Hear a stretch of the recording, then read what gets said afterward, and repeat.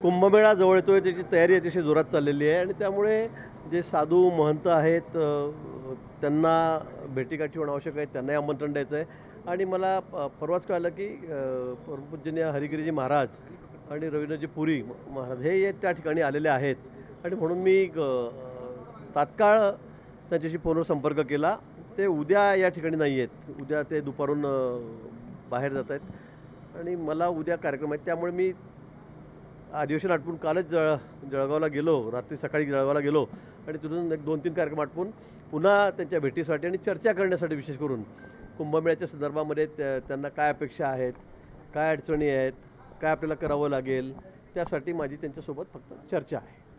दर्जा मिळालेला आहे त्र्यंबकेश्वरला, किती फायदा होऊ शकतो आगामी कुंभमेळ्याच्या अनुषंगाने? निश्चित अवर्ग दर्जामुळे अपग्रेडेशन त्याचं झालेलं आहे.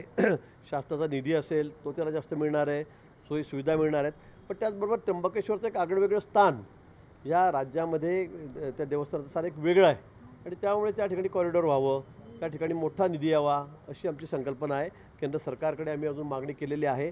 दर्जा झाल्यामुळे तर निश्चित त्याचा फायदा होणार आहे, पण त्यापेक्षाही खूप मोठा फायदा आपल्याला केंद्र सरकारकडून करून घ्यायचा आहे. आणि म्हणून माननीय मुख्यमंत्री महोदय आहेत, उपमुख्यमंत्री, आम्ही सर्वजण त्यासाठी प्रयत्न करतो आहोत.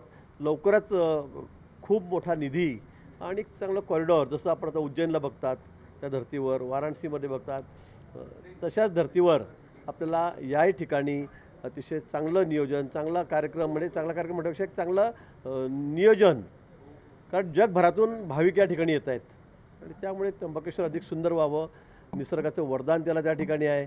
त्यासाठी आमचा जास्तीत जास्त निधी आणून त्या ठिकाणी चांगलं काय करता येईल यासाठी आमचा प्रयत्न आहे.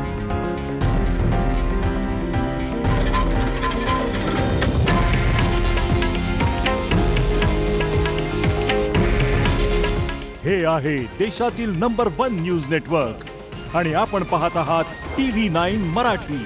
काळजी तुमची, हित महाराष्ट्राचं.